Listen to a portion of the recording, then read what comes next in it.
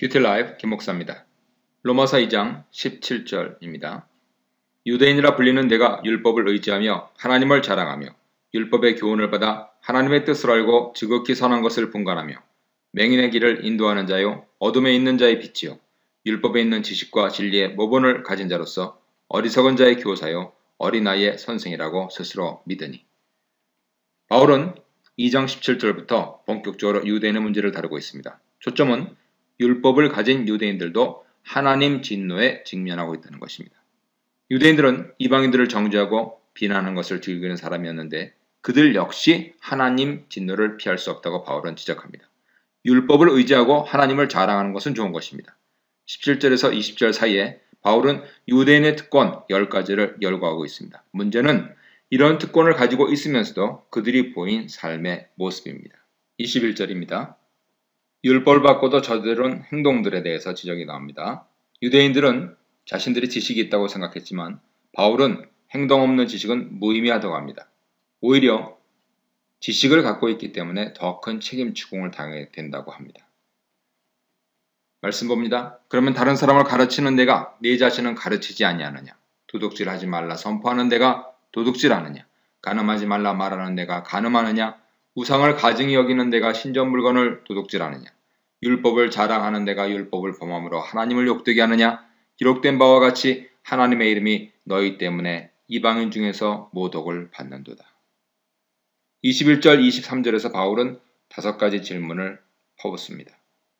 말하고자 하는 바는 분명합니다. 가르치는 행동을 그대로 범하고 있다는 것입니다. 결정적인 질문은 5번째 것, 율법을 자랑하는 내가 율법을 범함으로 하나님을 욕되게 하느냐에 있습니다.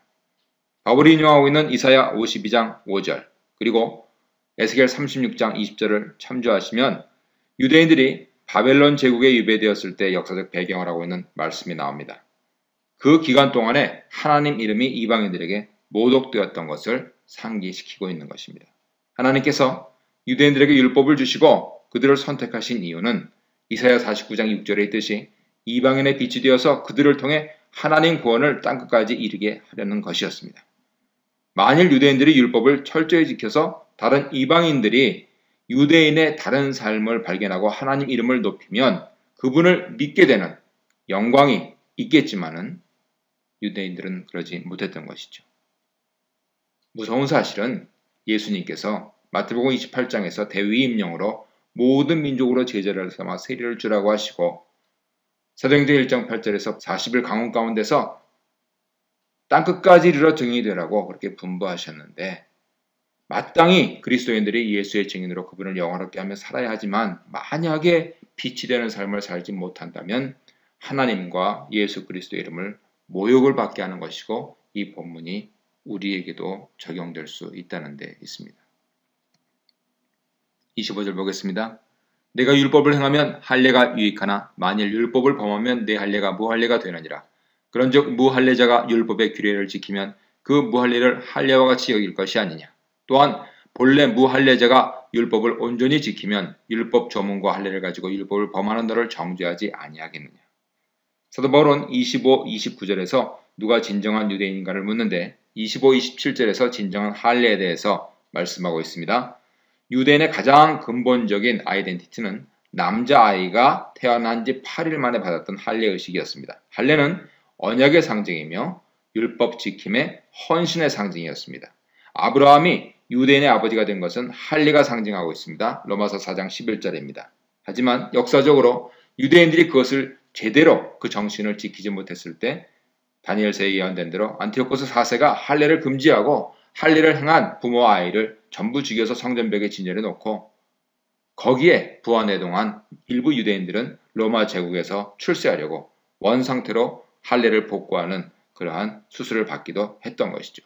유명한 로마의 목욕탕에서 다 드러나니까요. 그렇기 때문에 할례에 대한 바울의 기본적인 태도는 고린도전서 7장 19절에 있듯이 계명 지키는 것이다 라고 하는 것으로 사도 바울은 말씀을 하고 있는 것입니다. 만일 이방인이 율법을 지킨다면 그들이 할례 받은 것과 마찬가지라는 것입니다. 그리고 할례 받았지만 율법을 지키지 않는 유대인들을 정죄할 것이다 라고 말씀하고 있는 것이죠. 28절 봅니다. 무릇 표면적 유대인이 유대인이 아니요 표면적 육신의 할례가 할례가 아니니라. 오직 이면적 유대인이 유대인이며 할례는 마음에 할지니 영에 있고 율법 조문에 있지 아니한 것이라. 그 칭찬이 사람에게서가 아니요 다만 하나님에게서니라. 아멘. 28, 29절에서는 결정적으로 진정한 유대인이 어떤 사람인가 하는 것을 논증하고 있습니다. 이를 위해서 세 가지를 대비하고 있는데요. 표면과 이면, 육신과 마음, 율법 조문과 영, 그것입니다. 진정한 유대인은 이면의 변화를 받은 사람, 마음의 할례를 받은 사람, 성령으로 인해 말씀을 지킬 수 있는 능력을 받은 사람이다, 그것이죠. 그래서 결론적으로 마음의 할례를 받은 자가 진정한 유대인이고 진정한 유대인은 그리스도를 믿고 성령에 변화받은 사람일 수밖에 없다 하는 것이 사도 바울이 말씀인 것입니다. 진정한 유대인으로서, 참 그리스도인으로서 오늘도 승리의 삶을 사시기를 축복합니다.